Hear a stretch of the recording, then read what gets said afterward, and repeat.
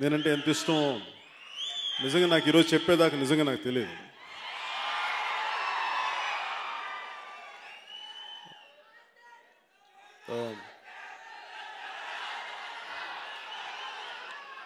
So Nitin గారికి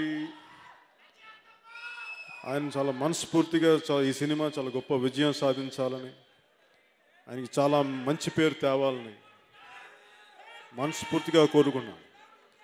అలాగే ఇష్క్ cinema కోసం నేను గబ్బర్ సింగ్ షూటింగ్లో ఉన్నప్పుడు నా దగ్గరికి వచ్చినప్పుడు నేను ఎందుకు వచ్చానంటే,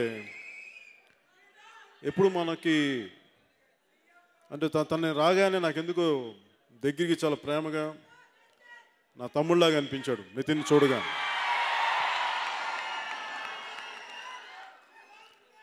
నాకు నా సినిమాలు తప్ప, నా పని తప్ప నాకు ఇంకో సినిమాలు రిలీజ్ అవుతాయి ఎట్లా ఆడితే నేను ఎప్పుడు అడగను, పట్టించుకోను. కానీ నాకు ఆ రోజు అర్థమైంది, నితిన్కి నాలాగే చాలా సంవత్సరాలు చాలా హిట్స్ లేవు, నేను వస్తే బాగుంటుంది అని డైరెక్టర్ హరీష్ శంకర్ చెప్తే,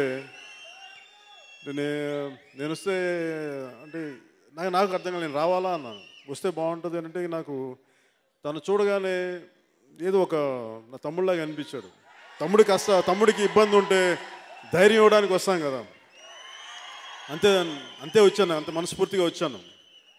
కానీ ఆ విజయం వాళ్ళందరి కష్టం, ఆ డైరెక్టర్, ప్రొడ్యూసర్ నితిన్ గారి కష్టం, అది మంచి విజయం సాధించింది.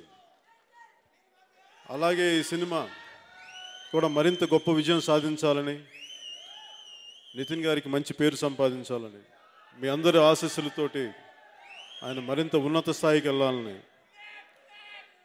ఒక తెలుగులోనే కాదు భారతదేశంలో కూడా అతను చాలా పెద్ద స్టార్ అవ్వాలని మనస్ఫూర్తిగా కోరుకున్నాను.